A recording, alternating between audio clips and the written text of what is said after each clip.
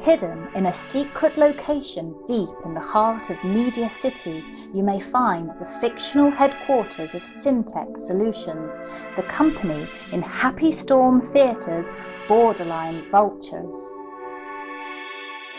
As potential employees of Syntex Solutions, I ask only two things of you.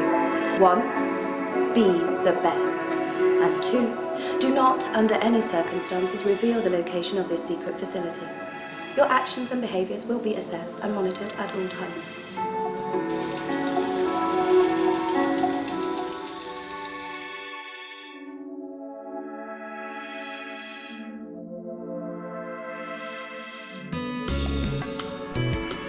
I'm Susie Renshaw and I play Sigma in Borderline Vultures. Sigma has worked at Syntex Solutions, which is the world that we've created for Borderline Vultures. She's worked there since the 1940s. The idea is that each of the main characters all came during a different decade within the last century, and they've been here ever since. So Sigma has been taken on for her code-breaking capabilities. So that's the kind of work she does, looking at symbols and at number code, word code, breaking down language and that kind of thing.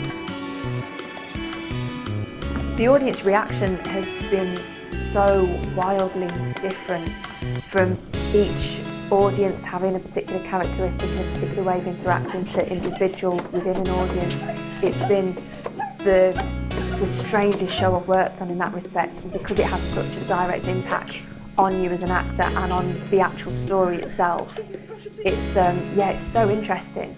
I've had a couple of people who have really got behind my character and they've kind of followed me around the spaces. One woman got under a cabinet with me to hear a secret that I was going to tell her, then she tried swapping jackets with me, trying to free me.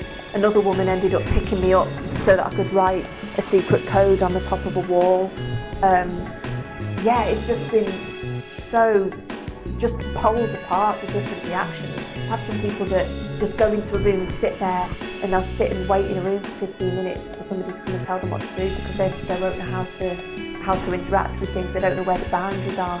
So just really interesting, different way people react to be given such freedom in a space. And some people just, completely take on their own characters and play out scenes with you. It's just brilliant. My name is Matthew Ganley and I play Pi in Borderline Vultures, and Pi is the engineer kind of bloke in the world of the play, which is Syntex Solutions, and he is responsible for everything from making sure that the heating's working to cleaning up people's mess, right the way to dealing with the heart of the building, which is the machine, and making sure that that's being taken care of, because throughout the course of the play it's clear that the machine is breaking and it's deteriorating, and Pi is frantically trying to figure out how to fix it, in vain really. So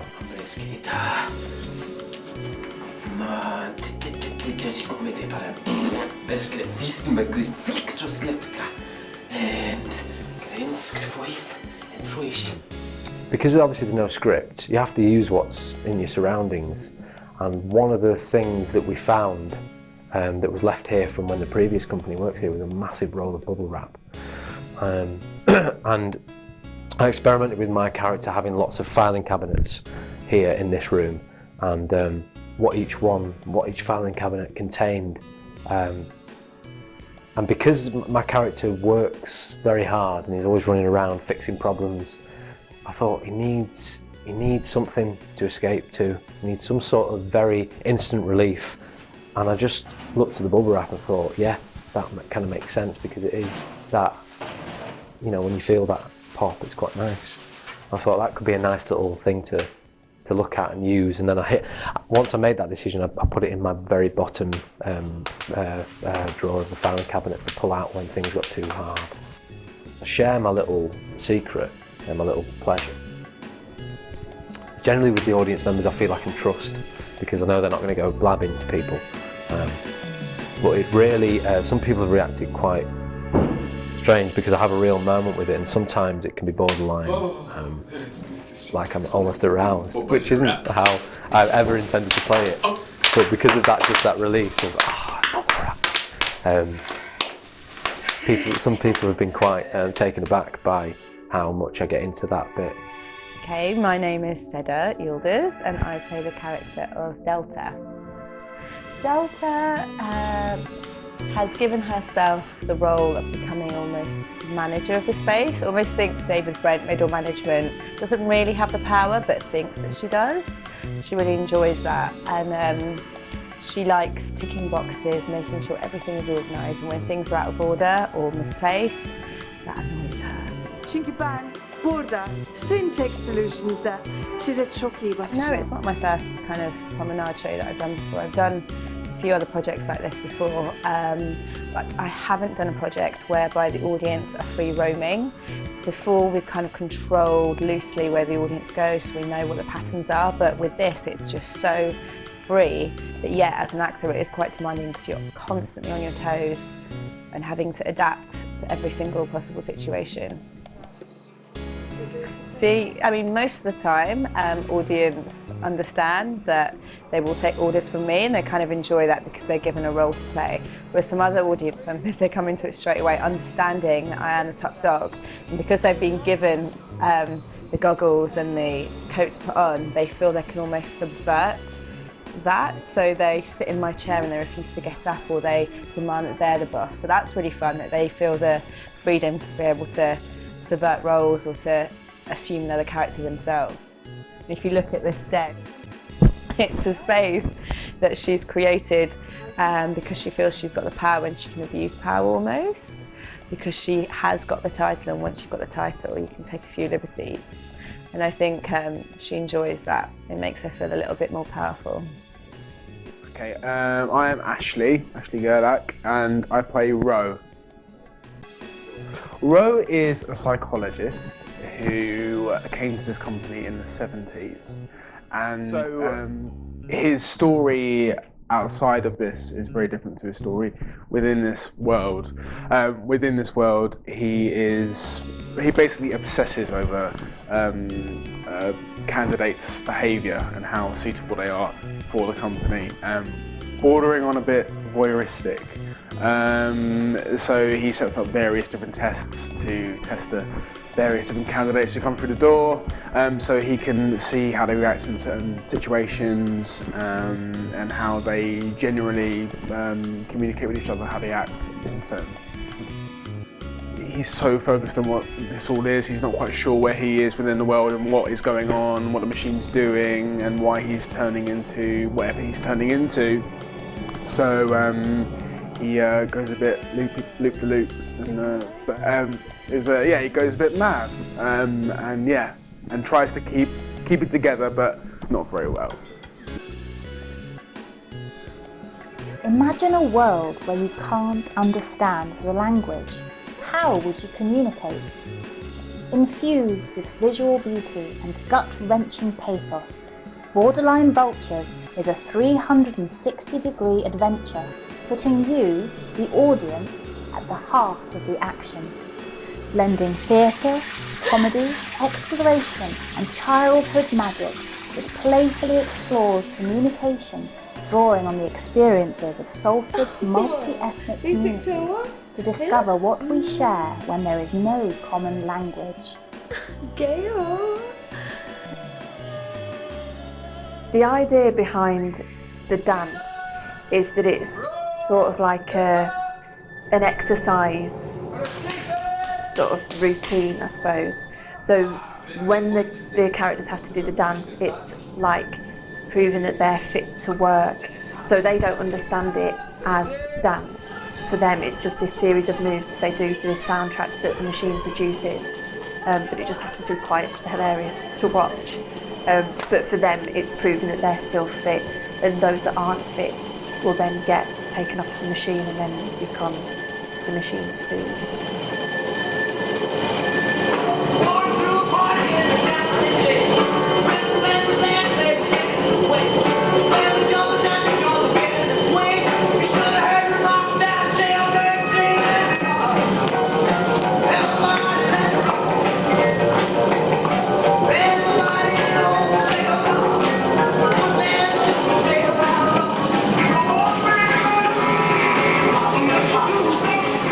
The dance is really quite. The people respond quite strongly to the dance, and they have their own theories. I think a lot of people see it as like it's us expelling some energy or doing it for fun. But the actual, the reason why we chose the dance was because we needed something to bring us all together. Some sort of point where each character is in the same space and the audience are allowed to just watch something, as opposed to feeling like they always have to come in and find something out or engage. That's really a challenge. Having said that, a lot of the audience members have got up and danced with us, which has been really quite funny. But yeah, the dance really, within the world of the play, is Syntex Solutions' way of making sure we're all fit, actually, making sure that we're still capable of doing the job. So there's that pressure as well, and obviously the presence of cameras looking down on the dance and all that sort of stuff is it's Syntex Solutions' way of making sure that we're still doing what we should be doing, and that is a bigger part of the day as any other task that they have to do.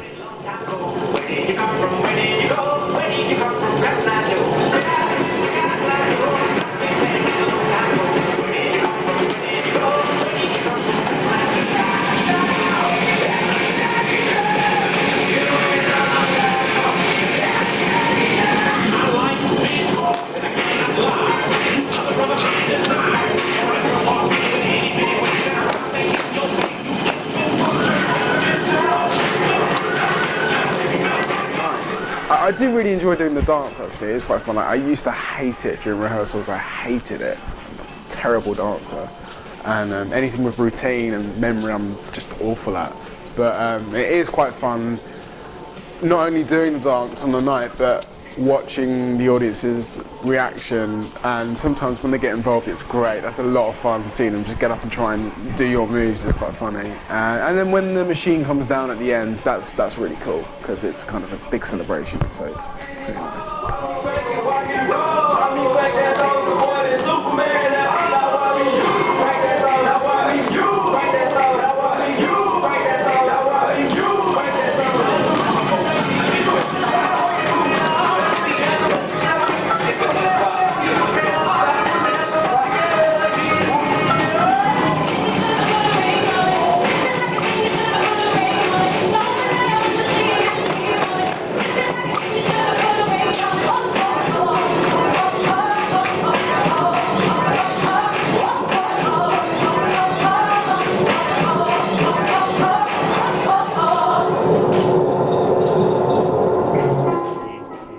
I think it's quite a welcome injection of comedy. Most people respond with laughter because all the songs are really familiar through the ages, and the first time you see it they probably think, oh, what's going on here? It's, yeah, like you said, it's a sudden change of pace.